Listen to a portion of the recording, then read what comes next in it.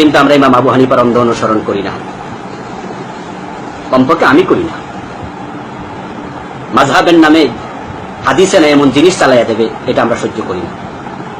বরং আমি প্রকৃত হানাফি, এ কারণেই নিজকে দাবি করি যে আমার ইমাম বলেছে ইযা সাহহাল হাদিস ফাহুয়া মাযহাবি, যখন সহিহ হাদিস পাও সেটাই আমার মাযহাব।